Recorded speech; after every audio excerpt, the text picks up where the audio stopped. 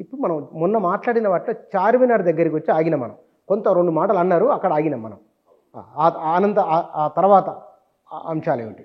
5వ కుతుబ్ షా నవాబ్ గారు మొహమ్మద్ కులీ కుతుబ్ షా ఈ చార్మినార్ను కట్టాలి అని నిర్ణయం తీసుకున్నాడు. అయితే ఆ నిర్మాణ బాధ్యత తన ప్రధానమంత్రికి దివాన్ అంటారు. అప్పుడు ప్రధానమంత్రి ఎవరంటే మీర్ మోమిన్ అస్త్రాబాది.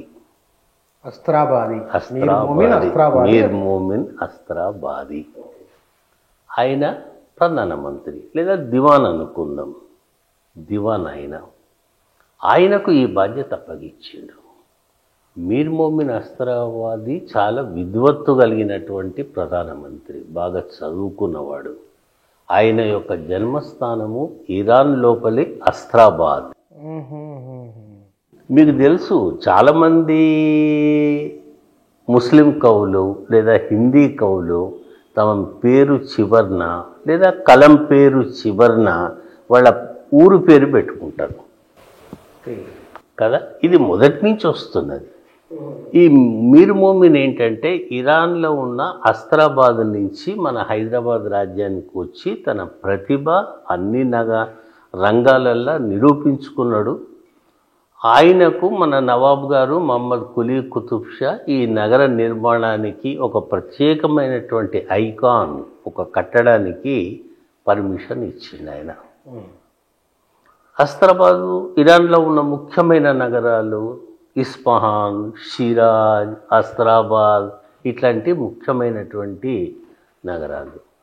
అప్పుడు ఆయన మనస్సులో ఏం మెదిలింది అంటే ఇస్ఫహాన్ అన్న నగరంలో ఒక చార్మినార్ ఉంది. వాళ్ళు దాన్ని అంటే చెప్పాలంటే మనకంటే ముందు ఉన్నది అసలైన చార్మినార్ ఒకటి ఆల్రెడీ అప్పటి నుంచి ఇప్పటి వరకు ఆ ఇస్ఫహాన్ అన్న నగరంలో ఉన్నది. అది అసలైన చార్మినారు, ఇది నకిలీ చార్మినార్. ఇది నకిలీ, అసలుకు నకిలీ, రిప్లికా లేదా ఇమిటేషన్ లేదా అనుకరణ. ఆయన విద్వత్తు కలిగిన మేధావి. ఆయన అద్భుతంగా చార్మినార్ నిర్మాణము ఆయన చేసిండు. ఆయన మళ్ళీ తర్వాత చార్మినార్ ముందు కమాన్లు నిర్మించిండు ఆయన. అంటే నగరం యొక్క టౌన్ ప్లానింగ్ అంటామా లేకపోతే టౌన్ ప్లానింగ్ అనుకో, అదంతా ఆయన ఒక నక్ష గీసిండు ఆయన. చార్మినార్ ఉండాలి, చార్మినార్కి ఎదురుగా 4 కమాన్లు ఉండాలి. వాటిని మనం 4 కమాన్లు అని అంటున్నాం. 4 కమాన్ ఒకటి, మచిలీ కమాన్ ఒకటి, అటు డబీర్పురా పోయేసరికి ఒక కమాను, మళ్ళీ ఇటు సిటీ కాలేజ్ వైపు పోతుంటే ఒక కమాను, మధ్యలో గుల్జార్ హౌస్. గుల్జార్ అంటే పర్షియన్ లాంగ్వేజ్లో పూదోట, ఒక పువ్వుల గుత్తి, గుల్దస్తాలాగా అంటారు. సో ఇటు చార్మినారు, 4 కమాన్లు, మధ్యన గుల్జార్ హౌజు. ఈ ప్లానింగ్ అంతా మీర్ మోమిన్. అది గుల్జార్ హౌస్ అంటే వేరే వాళ్ళ బంగ్లానా? గుల్జార్ అంటే ఒక పువ్వుల గుత్తి, పూదోట, ఈ మీనింగ్ వస్తుంది. తోటనేమో, పువ్వుల గుత్తి, తోట. అంటే ఆ మధ్యలో ఏదైతే ఈరోజు మనం గుల్జార్ హౌస్ అంటున్నామో దాన్ని మా చిన్నప్పుడు సుక్ హౌస్ అని కూడా అనేవాళ్ళు. సుక్ హౌస్, సుక్కా హౌస్. అప్పుడు నీళ్లు లేకుండే. ఈ మధ్యకాలంలో మళ్ళీ ఆ నల్లలు పెట్టి ఫౌంటైన్స్ అంటాం కదా, అది పెట్టిండ్రు. నీళ్లు లేని కారణాన ప్రజలు సూకా హౌస్ పోయి సుక్ హౌస్ అయిపోయింది, పలకటం వెళ్ళిపోయింది. ఇప్పుడు క్వారంటైన్ అసలైన పేరు మనం క్వారంటైన్ అంటున్నాం. అర్థమైందిగా? ప్రజల నోళ్లలో నాని అది అపభ్రంశం అయిపోతుంది పదాలు. సరే, మా చిన్నప్పుడు అప్పుడే ఉండేది మనకు. అప్పుడు అది యాక్చువల్గా క్వారంటైన్ ఎందుకు వచ్చిందంటే ఈ ప్లేగు వ్యాధి ఇవన్నీ ఉంటే అక్కడ పెట్టేవాళ్ళు వ్యాపించకుండా. మళ్ళీ మొన్న కోవిడ్ టైంలో క్వారంటైన్ అన్న పేరు చాలా పాపులర్ అయింది. అది ఇంగ్లీష్ వాళ్ళు పెట్టిన పేరు. మనం దాని కోరంటీ హాస్పిటల్, కోరంటీ అయితే గుల్జా రోజు 4 కమాన్లు, ఇదంతా మీర్ మోమిన్ అస్త్రాబాద్ యొక్క ప్రత్యేకత. అయితే మనతో సహా దేశ విదేశాల నుంచి వచ్చిన వాళ్ళంతా చార్మినార్ను పొగుడతారు, చార్మినార్ను చూస్తారు, కానీ దాన్ని నిర్మించిన ప్రధాని మీర్ మోమిన్ యొక్క సమాధి కూతవేటు దూరంలో ఉన్నది. అవునా? కూతవేటు దూరంలో చార్మినార్ దగ్గరలో 1 కిలోమీటర్, కొద్దిగా ఎక్కువేమో కానీ కిలోమీటర్ దూరంలో ఉన్నది ఆయన సమాధి. అక్కడి నుంచి వచ్చిన ఆయన తన విద్వత్తుతోటి ప్రధానమంత్రిగా సేవలు అందించిండు, మనందరికీ చార్మినార్ను కూడా అందించిండు ఆయన. కానీ ఎవ్వరు కూడా మీర్ మోమిన్ పేరు తలచరు, అదొచ్చిన విషాదం. ఎవరికి నవాబ్ గారు కట్టించిండ్రు, కులీ కుతుబ్ షా కట్టించిండు అని అంటారు, కానీ ఆయన స్వయంగా రంగంలోకి దిగడు కదా, ఆ బాధ్యత మనలాంటి వాళ్ళకి అప్పగించిండు. సో ఈ చరిత్ర మీర్ మోమిన్ గురించి తెలియదు. మొగల్పురా నుంచి పోయి షాలిబండ పోయే తోవల లెఫ్ట్కు తిరిగితే సుల్తాన్ షాహీ అన్న ఒక మొహల్లా, ఒక బస్తీ వస్తుంది. ఆ సుల్తాన్ షాహీలో ఒక ముస్లిమ్స్ యొక్క గ్రేవ్యార్డ్ ఉన్నది. దాని పేరు మీర్ మోమిన్ దాయరా, అంటే మీర్ మోమిన్ యొక్క సమాధి ఉంది అక్కడ. ఆ సమాధి, ఆ శ్మశానానికి, ఆ గ్రేవ్యార్డ్కు మీర్ మోమిన్ దాయరా అని పేరు వచ్చింది. ఇప్పటికీ ఆయన సమాధి ప్రత్యేకంగా కనబడుతుంది. ప్రేక్షకులు ఎవరైనా ఇంట్రెస్ట్ ఉండి మీర్ మోమిన్ మీద గౌరవం ప్రకటించదలుచుకుంటే, నివాళులు అర్పించదలుచుకుంటే తప్పకుండా మీర్ మోమిన్ దాయరాకు పోయి అక్కడ ఫాతిహా చదవాలి అని నా కోరిక. ఫాతిహా అంటే ఏం మంత్రం కాదు, ఇస్లాం ఇది కాదు, కొన్ని పువ్వులు అక్కడ పెట్టి మనము నివాళులు అర్పించి దండం పెట్టాలి. ఒక విదేశీయుడు మన కోసం అది. ఈజ్ ఆల్సో ఇంజనీర్, అతను ఇంజనీర్ కూడానా? మీర్ మోమిన్ అన్ని రంగాలలో ప్రవేశం ఉన్నది. మనం గతంలో మాట్లాడుకున్నాం కదా, ఇబ్రాహిం కులీ కుతుబ్ షా అల్లుడు Hussain Shah Wali basically is a engineer. వైఫ్కు బాగాలేక అక్కడ ఉండి ఆ హుస్సేన్ సాగరాన్ని చూసి అక్కడ కట్టగట్టిస్తే ప్రజలు దాన్ని హుస్సేన్ సాగర్ అని పిలవటం మొదలుపెట్టిండ్రు.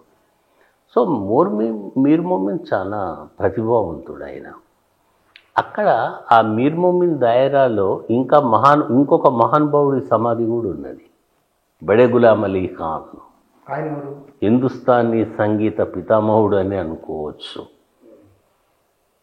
బషీర్బాగ్ ఉంది కదా, అక్కడ ఒక లెఫ్ట్ సైడ్ ఒక పెద్ద భవనం కనబడుతుంది. అందులో హైదరాబాద్ వచ్చినప్పుడల్లా అందులో ఉండేవాడు. పాత పడిపోయింది. లోక్ అదాలత్ కూడా ఉండే ఒకప్పుడు. అయితే బడే గులాం అలీ ఖాన్ పెద్ద వస్తాద్ హిందుస్థానీ సంగీతంలో. హైదరాబాద్లోనే చనిపోయింది ఆయన యాక్సిడెంటల్గా. అక్కడే మళ్ళీ ఆయనను కూడా సమాధి చేశారు. మీర్ మోమిన్ దాయరా సుల్తాన్ షాహీలో. తర్వాత చార్మినార్ ప్రత్యేకత ఒక్క మాట చెప్పి ముగిస్తా. గతంలో మనం మాట్లాడుకున్నాం, ఒకవైపు భాగ్యలక్ష్మి టెంపుల్ యువతల సైడు, లోపల సైడు తాజియా ఉన్నది, అంటే పీర్ ముస్లింలకు సంబంధించిన తాజియా ఉన్నది. రెండు ఒకటే సైడు పక్కపక్కల, లేదా కొద్దిగా వెనక సైడ్ అంటే పక్కపక్కనే కదా. ఇది దేనికి సంకేతము అంటే హిందూ ముస్లిం ఐక్యతకు కూడా సంకేతం ఇది. ఇంకా కొద్దిగా మనం పోయిటిక్గా చెప్పుకోవాలంటే, లేదా కొద్దిగా భావాత్మకంగా చెప్పుకోవాలంటే, చార్మినార్కు 4 కొమ్ములు ఉన్నాయి. ఒకటి ఇస్లాం, ఒకటి హిందూయిజం, ఒకటి క్రిస్టియానిటీ, 4వదేమో జొరాస్ట్రియన్ ఫార్సీ జనం అంటారు కదా, వాళ్ళు చాలా తెలివిగల్లోళ్ళు పార్సీ వాళ్ళు. ముందు కథలలో పార్సీ యొక్క ఇది కూడా నేను చెప్తా. సో ఈ 4 మతాలకు ఈ 4 కొమ్ములు 4 కమాన్ ప్రాతినిధ్యం వహిస్తున్నాయి. ఇది చార్మినార్ యొక్క భావాత్మకంగా చాలా అద్భుతం పోలిక. అయితే ఇందాక మీరు అన్నట్టు అసలు చార్మినార్ ఏమో ఇరాన్లో ఉన్న అస్రాబాదీలో ఉన్నది, ఇదేమో నకిలీ, ఇది నకిలీ అని చాలామందికి ఆ రోజుల్లో తెలియదు, ఇప్పుడు తెలియదు. ఈ నకిలీకి ఇంకొక నకిలీ చార్మినార్ ఉన్నాయి. మళ్ళీ అది ఎక్కడుంది? అంటే 3 చార్మినార్లు ఉన్నాయి 3 దేశాలల్లో. ఇంకోటి ఎక్కడ? పాకిస్తాన్ లోపలి కరాచీలో ఉన్నాయి. ఓహో, మన తర్వాత అది అయింటుంది మరి. మన తర్వాత అది కూడా ఎట్లయిందంటే 48 పోలీస్ యాక్షన్ జరిగిన తర్వాత చాలామంది ముస్లిమ్స్ పాకిస్తాన్కు వలసపోయిండ్రు. అందరికీ తెలిసిన సంగతే. హైదరాబాద్ నుంచి వలసపోయిన ముస్లిమ్స్ హైదరాబాద్ మీద ప్రేమతోటి లేదా చార్మినార్ మీద ప్రేమతోటి, ఆ కాలంలో అందరూ ఓల్డ్ సిటీలోనే ఉండేవాళ్ళు కదా, ఎక్కడ పోయినా రోజు చార్మినార్ సందర్శనం వాళ్ళకి జరిగేది కదా. వాళ్ళు వెళ్ళి కరాచీలో సెటిల్ అయినా కూడా ఈ చార్మినార్ మీద ప్రేమతోటి వాళ్ళు ఒక చార్మినార్ కట్టుకున్నారు. మీరు గూగుల్లో ఎక్కండి, చార్మినార్ ఇన్ కరాచీ అంటే వినబడుతుంది. ఎంత కట్టుకున్నా అది నాసిరకంగానే ఉన్నది, కానీ ప్రజలు ప్రేమతో కట్టుకున్నారు దాన్ని. అక్కడ వాళ్ళు అసలు నకలుకి ఇంకొక నకిలీ కరాచీలో ఉన్నది. చార్మినారు నిర్మాణం జరిగినప్పుడు ఇక్కడ చిన్న పల్లెటూరు అని పోయిన ఎపిసోడ్లో మీరు అన్నారు. ఆ ఊరి పేరు ఏం పేరు అప్పుడు? మంగళాపురం అనుకున్నాం.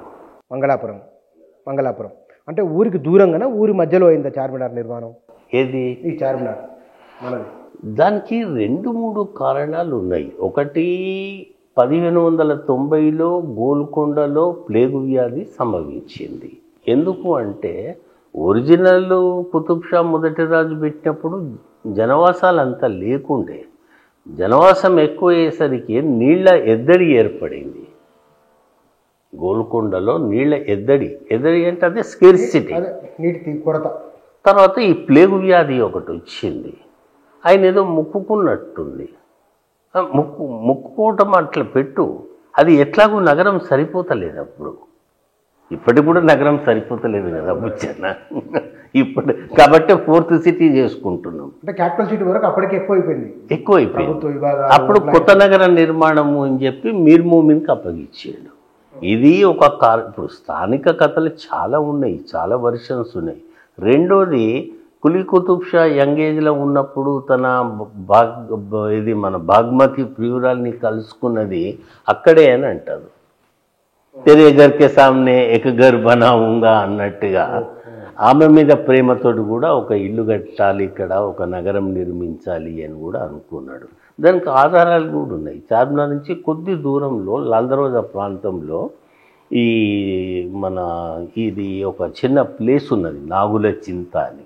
నాగుల అక్కడ ఆడిపాడే భోగం వాళ్ళు ఉండేవాళ్ళు ఆ కాలంలో. ఆ భోగం వాళ్ళ అమ్మాయే ఈ పిల్ల అని అంటారు. సరే, కథలు చాలా చాలా ఉన్నాయి.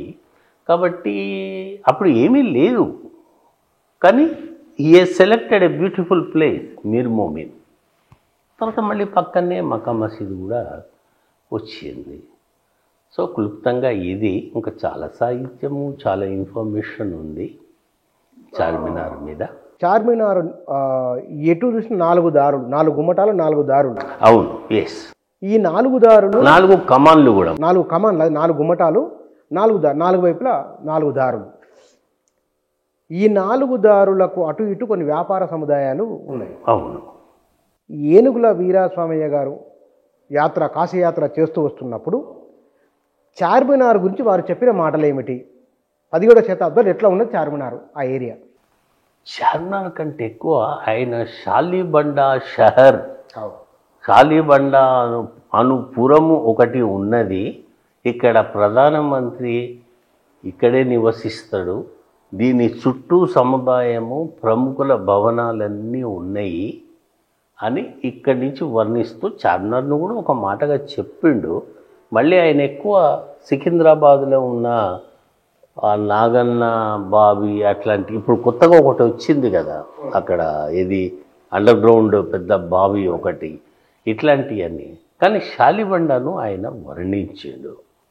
ఇది ఏనుగుల వీరస్వామి వర్ణించాడు. అది ఏ పీరియడ్? 1825 ఆ ప్రాంతంలో. కానీ అప్పటికే పురాణ పూలు కొట్టుకుపోయింది కాబట్టి ఇక్కడ కొత్త నగరం బ్రహ్మాండంగా అభివృద్ధి అవుతున్నది. అది ఆయనను ఆకర్షించింది. అప్పటికి రోడ్లు, ఇప్పుడు చందులాల్ దివాన్ ఇక్కడే ఉండేవాడు, మహారాజా కిషన్ ప్రసాద్ ఇక్కడనే ఉన్నాడు, రాయరాయన్ దేవుడి ఇక్కడే ఉంది. సో ఇదంతా ఇప్పుడు బంజారా హిల్స్, జూబ్లీ హిల్స్ ప్రముఖుల నివాస స్థలం ఎట్లనో ఒకప్పుడు మా ఓల్డ్ సిటీలో షాలిబండ అట్లాంటిది. కాబట్టి నారాయణ రెడ్డి గారు పట్నంలో షాలిబండ అని నారాయణ రెడ్డి రాయలేదు, ఆయన ఇంకెవరు ఆచార్యులు రాశారు ఆ పాట. అమాయకుడు సినిమాలో అది తీసుకున్నారు. ఇది ఒక కథ. రెండవ కథ మనం రెసిడెన్సీ భవనం దగ్గరికి వెళ్దాం. చార్మినార్ ఇంకొక డౌట్ ఉంది నాకు, ఇంకొక మాట అడగాలి. అయ్యో అడగండి. చార్మినార్ దగ్గర ఆ రోజుల్లో ప్రఖ్యాతిగాంచిన దుకాణ సముదాయాలు, ప్రఖ్యాతిగాంచిన వస్త్ర సముదాయాలు, ఆ రోజుల్లో వజ్రాలు, బంగారం, ముత్యాలు ఎవరి ఎట్లా ఉండేది? ఒక 60 ఏళ్ళ కింద ఏమిటి చార్మినార్ ఏరియా ఎట్లా ఉండేది పొద్దున సాయంత్రం? అద్భుతంగా ఉండే. అక్కడ కృష్ణ టాకీస్ అని ఒకటి ఉండే, మీ తరానికి అది తెలియదు.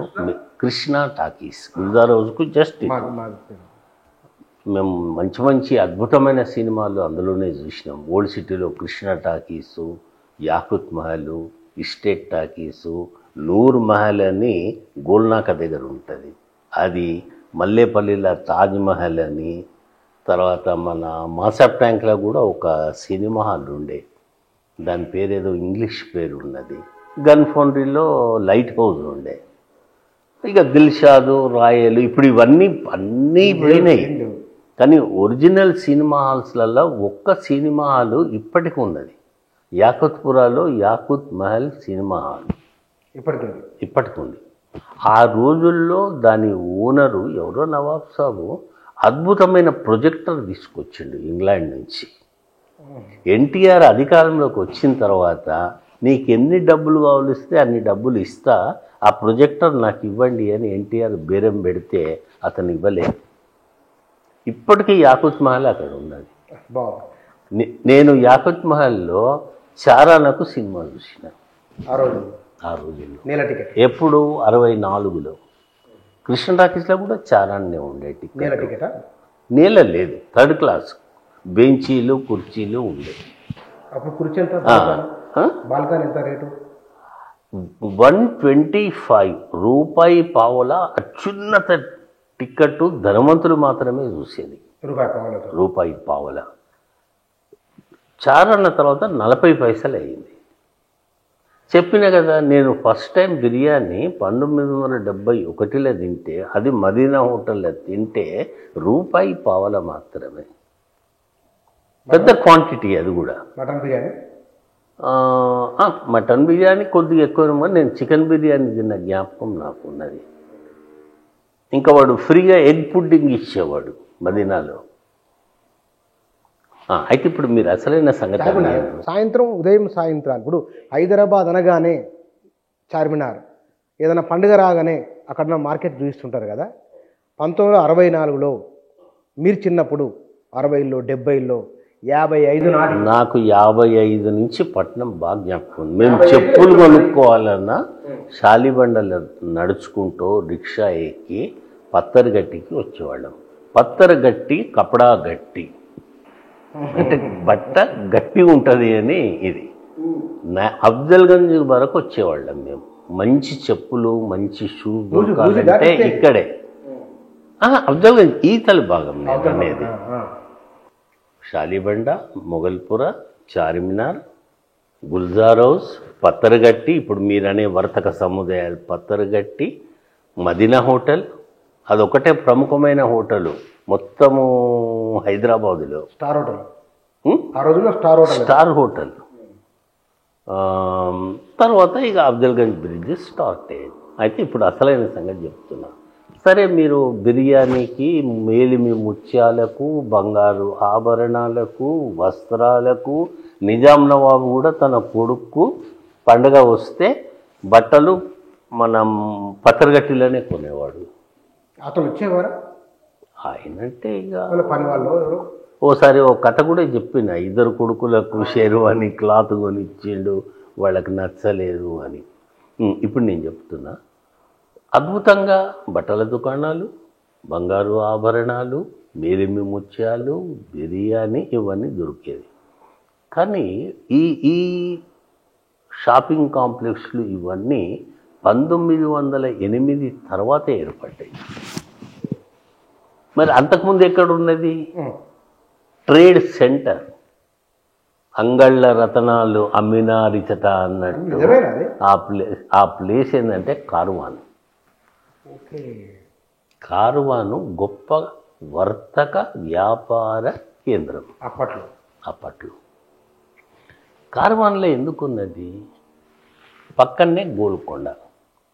అసలైన నగరం అక్కడనే ఉంది కదా. మనం ఇందాక ప్లేగు వ్యాధి వచ్చే వరకు కూడా అసలైన నగరము అక్కడే ఉంది. కార్వాన్ యొక్క కారవాన్ అంటే ఏంటిది? అనేక శ్రేణులు కలుసుకొని ఉండే స్థలాన్ని క్యారవాన్ అని అంటారు. ఆ పదం ఇంగ్లీష్లో ఉన్నది, ఉర్దూలో ఉన్నది. రెండిట్లో ఒకటే పదం వచ్చింది అది. ఈ కార్వాన్ గురించి విదేశీ యాత్రికులు కూడా, ఫెరిస్తా లాంటి వాళ్ళు, డొమింగో పియాస్ లాంటి వాళ్ళు తమ స్వీయ చరిత్రలో నగరాలు, ఇప్పుడు ఏనుగుల వీరస్వామి వర్ణించినట్టుగా వాళ్ళు కూడా నగరాల్ని వర్ణిస్తూ, అండ్ ప్రముఖ historian and civil servant Midas Taylor రాసిన కన్ఫెషన్ ఆఫ్ థగ్స్ అన్న నవలలో కార్వాన్ గురించి 2-3 పేజీలు వర్ణించింది ఆయన ఆ పుస్తకంలో. ఎవరు? మెడాస్ టేలరా? మెడాస్ టేలరు 1857 హైదరాబాదు, అది మన ఉత్తర భారతదేశం తిరుగుబాటు అయినప్పుడు ఆయన ఇక్కడ ఉన్నాడు. సురపురానికి ఆయన రెసిడెంట్.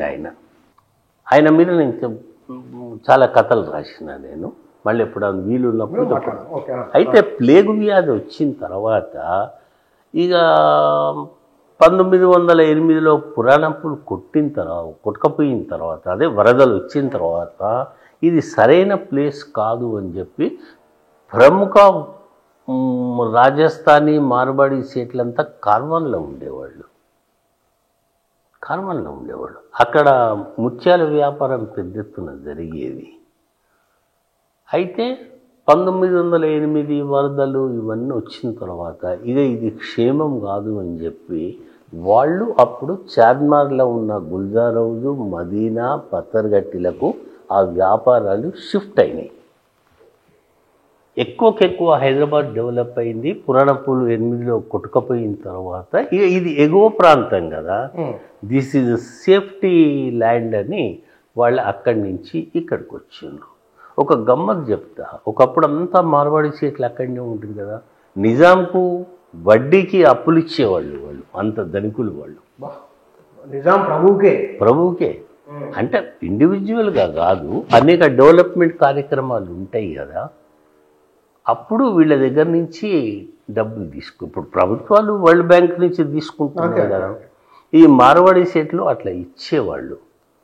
వీళ్ళందరూ సేఫ్టీ కోసము తమ సురక్షితంగా వ్యాపారాలు జరగాలని ఇక మనం అనుకున్నట్టు గుల్జార్ హౌస్ ఏరియాకు వచ్చి ముత్యాలు, వజ్రాలు, బంగారాభరణాలు, వస్త్ర వ్యాపారాలు ఇవన్నీ ఇక్కడ పెట్టుకున్నారు.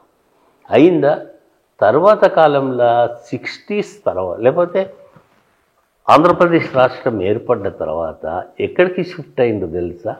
హ్యాబిట్స్, సుల్తాన్ బజార్, కోటి, నాంపల్లికి వ్యాపారాలు షిఫ్ట్ అయినాయి. ఇప్పుడు నగరాలు కూడా ఎట్లా షిఫ్ట్ అవుతున్నాయి అనేది నేను మీకు చెప్తున్నా. మా చిన్నతనంలో హ్యాబిట్స్కి పోయి బట్టలు కొనుక్కోవటం, చెప్పులు కొనుక్కోవటం చాలా గ్రేట్. బాగా డబ్బులు ఉన్న వాళ్ళే అక్కడ పోయి కొంటారు అన్న ఒక టాక్ ఉండేది. అంటే సోషల్ స్టేటస్ అది కూడా, సోషల్ స్టేటస్ అది. అక్కడ హ్యాబిట్స్, సుల్తాన్ బజార్, కోటి అండ్ ఇటు నాంపల్లి వరకే ఉండేది. అప్పుడు ఈ బంజారాయిల్స్, జూబ్లీ హిల్స్ ఏమి లేదు. అప్పుడు కొండలు బండలు నవాబులే ఉండేవాళ్ళు.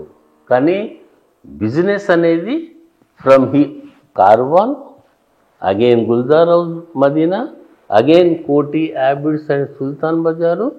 తర్వాత తెలుగుదేశ ప్రభుత్వం 82లో వచ్చిన తర్వాత దిల్సుఖ్ నగరు, వనస్థలీపురము, చిక్కడపల్లి అటు వెళ్ళిపోయినాయి వ్యాపారాలన్నీ పెద్దవి.